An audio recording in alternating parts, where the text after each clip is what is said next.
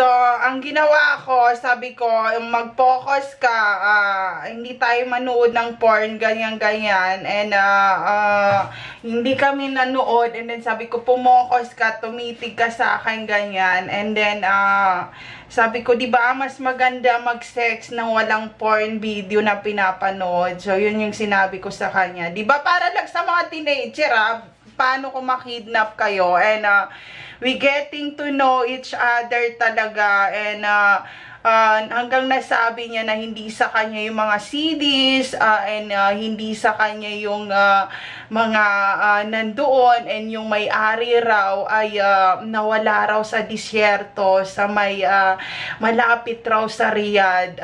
And then dahil may third eye ako, bumalik si kuya at tinatanong niya na bakit raw sinira namin yung CD porn na pinahiram raw niya sa asawa ko. So, tumawag ako noon sa asawa ko. Sabi ko, si kuyang hinahanap ay mukhang nasa kabilang buhay na. And nung nasabi ko na nasa kabilang buhay na siya, at hinising siya sa disyerto siguro, dahil may third eye ako So, yun.